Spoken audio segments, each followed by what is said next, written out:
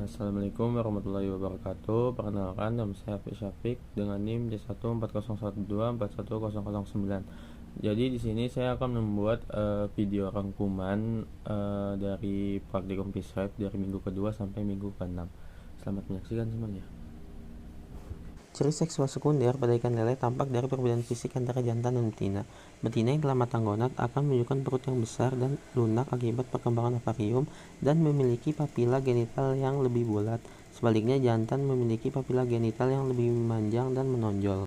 Sedangkan pada ikan nila, jantan umumnya mempunyai satu lubang genital dan warna lebih cerah, dan betina memiliki dua lubang anus dan genital. Lalu pada ikan mas, betina memiliki perut yang lebih besar dan lunak, sedangkan jantan menunjukkan bintil-bintil kasar pada tutup insang dan sirip dada saat musim kawin. Prosedur bedah pada ikan umumnya dilakukan dengan menusuk ikan terlebih dahulu di bagian medial obligat, lalu melakukan pembukaan rongga tubuh dengan gunting dan melakukan tindakan pada sistem reproduksi, pengambilan benda asing dari saluran cerna. Tetapi pada kali ini sedikit berbeda, yaitu setelah dibuka kulitnya, maka kita angkat bagian organnya dari tubuh ikan tersebut untuk diamati nantinya. Setelah melakukan pembedahan pada ikan mas, kita mendapatkan organ seperti gonad, jantung, limfa, hati, empedu, dan juga usus. Penelitian juga menunjukkan bahwa ovarium pada ikan mas betina akan membesar dan berbentuk kantung yang mengandung banyak ovum dan juga kuning telur. Sedangkan pada ikan jantan akan memiliki testis yang memanjang, berbentuk seperti pita yang menghasilkan sperma untuk pembuahan.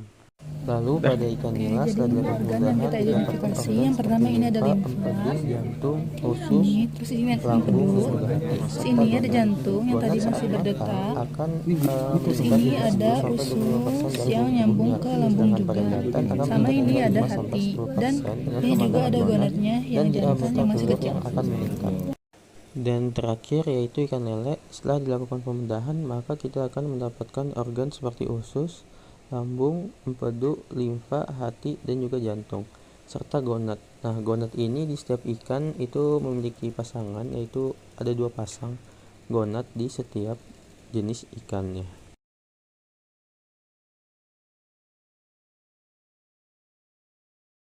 Yang pertama ada lobster air tawar. Hasil identifikasi kami, lobster air tawar ini ada bagian-bagiannya. Yang pertama itu ada mata, ada antena, ada karapas yaitu pelindung, lalu ada kaki. Nah, kaki ini ada 2, ada kaki jalan dan juga kaki renang. Masing-masing kaki mempunyai 5, kaki renang mempunyai 5 pasang dan juga kaki jalan mempunyai 5 pasang. Pada jantan itu mempunyai organ yang bernama plasma, sedangkan pada betina itu mempunyai organ yang bernama telicium. Untuk melihat ciri seksualnya, untuk primer ditunjukkan pada letak alat kelamin. Kalau yang betina itu ada di pangkal kaki jalan ketiga, sedangkan yang jantan ada di pangkal kaki jalan yang kelima, yang mana ini berfungsi langsung dalam proses pembuahan. Sedangkan untuk ciri sekunder kita bisa melihat fisiknya, yang mana capit jantan itu mempunyai ukuran yang lebih besar daripada capit dari si lobster betina ini. Selanjutnya itu ada udang. Hasil identifikasi kami mendapatkan bahwa pada udang itu terdapat bagian-bagian tubuhnya seperti antena, mata, kaki jalan, kaki renang, karapas, telson, dan juga uropoda. Untuk ciri primernya kita bisa melihat adanya appendix maskulina pada pleopod kedua di individu jantan. Sedangkan yang untuk sekunder itu kita bisa melihat adanya perbedaan ukuran tubuh pada jantan dan juga betina.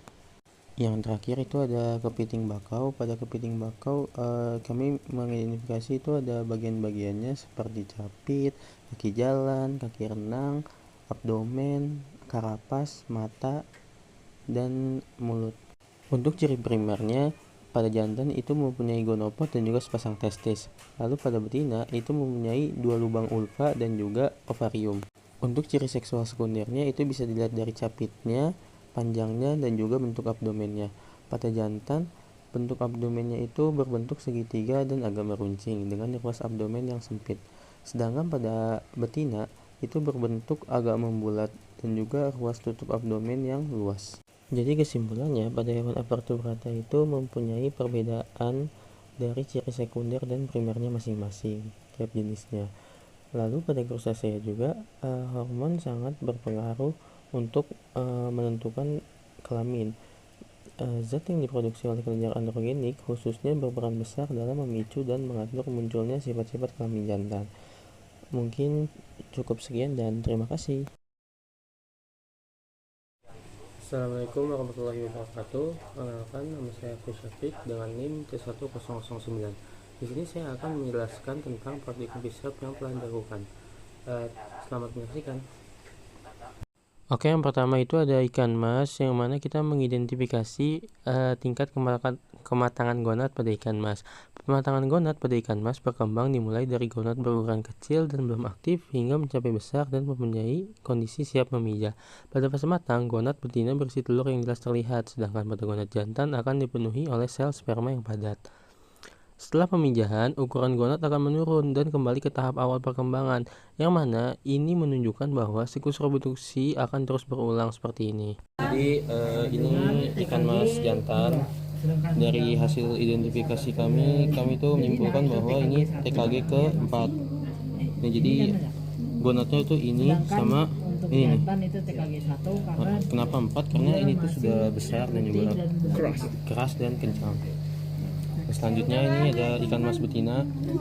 Ini gonadnya ada di sini sama di sini. Nah, ini tuh masuknya ke TKG 2 karena masih kecil dan belum ada sel telurnya. Oke, selanjutnya itu ada melakukan kanulasi pada ikan lele yang menggunakan alat bernama kateter. Nah, ini tuh berfungsi atau bertujuan untuk mengetahui apakah telur pada ikan lele betina ini sudah matang atau sudah siap untuk memijah.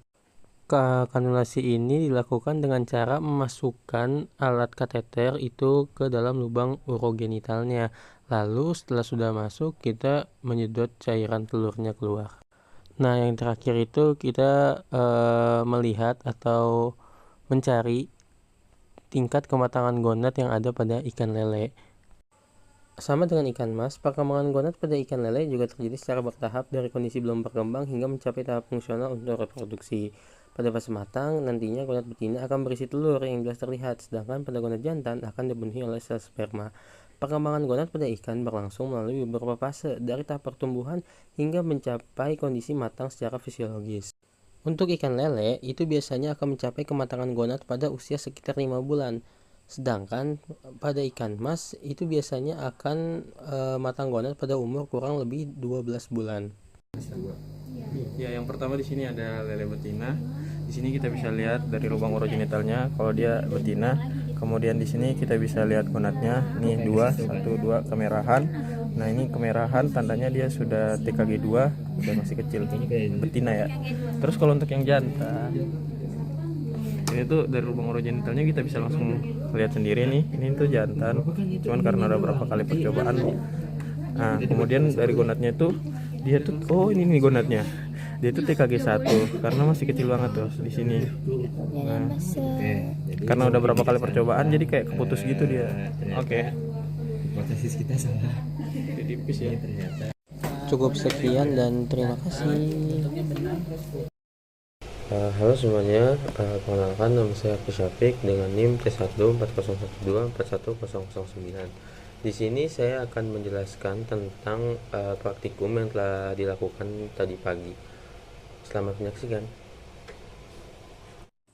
Oke, jadi yang pertama itu kita melakukan USG atau ultrasonografi pada ikan lele betina. Hal ini berfungsi untuk mengetahui letak gonad dan juga tingkat dari kematangan gonad ikan tersebut. Lalu selanjutnya ada pembedahan pada tubuh lele betina. Hal ini dilakukan untuk mengeluarkan gonad dan juga hati supaya nantinya bisa ditimbang agar kita bisa mengetahui nilai dari GSI dan juga HSI dari ikan lele tersebut.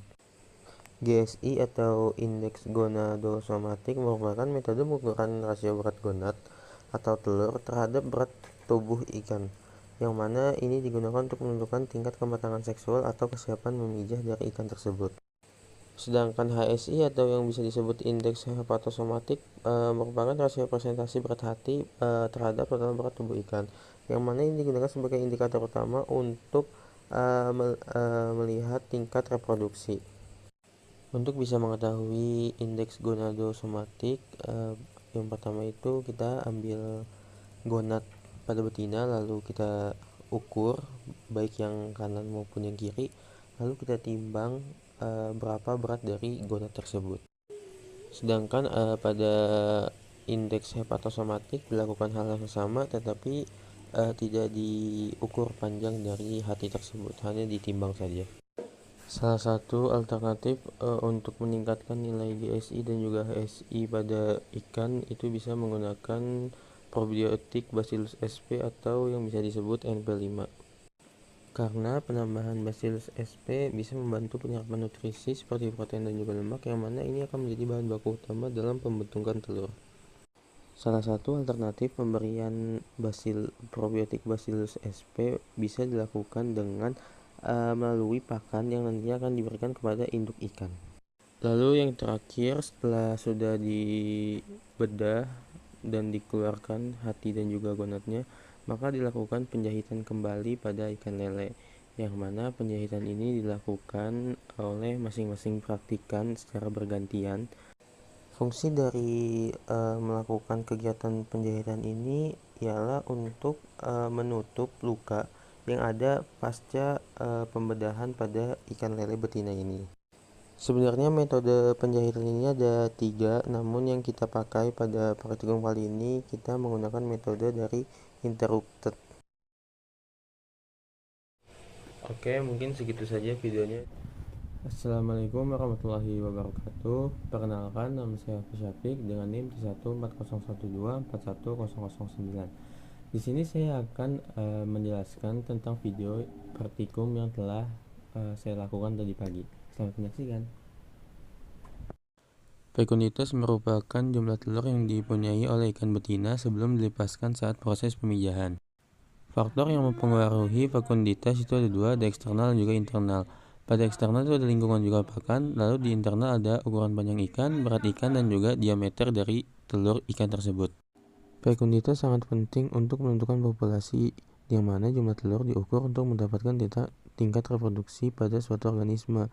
Fekunditas bisa diketahui dengan cara menggunakan metode gravimetri atau metode berat untuk menghitung jumlah telur. Pada modul yang diberikan, di situ terdapat rumus-rumus yang nantinya akan digunakan dalam pembuatan histogram atau bar chart.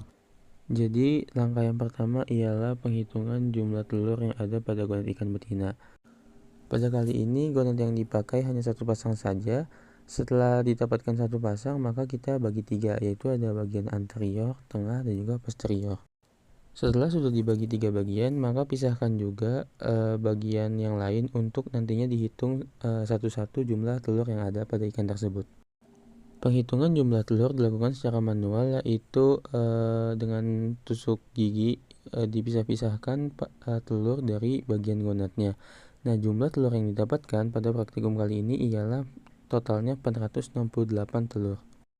Untuk bagian anterior, tengah, dan juga posterior itu diambil 10 butir telur yang ada lalu disusun di kaca preparat yang rapih. Setelah telur sudah disusun di kaca preparat, maka dilakukan pengamatan di bawah mikroskop. Pengamatan di bawah mikroskop dilakukan untuk mengetahui diameter dari telur pada ikan tersebut. Selain diameter, hal tersebut dilakukan untuk mengetahui apakah bentuk yang ada pada telur itu oval sempurna atau lonjong ataupun mempunyai bentuk yang kurang jelas. Data yang sudah didapatkan dari mikroskop nantinya akan dilakukan perhitungan dan juga nantinya akan diubah ke dalam bentuk diagram. Diagram yang dipakai ialah dalam bentuk batang atau yang disebut dengan bar chart. Oke, mungkin cukup segitu saja, cukup sekian dan terima kasih.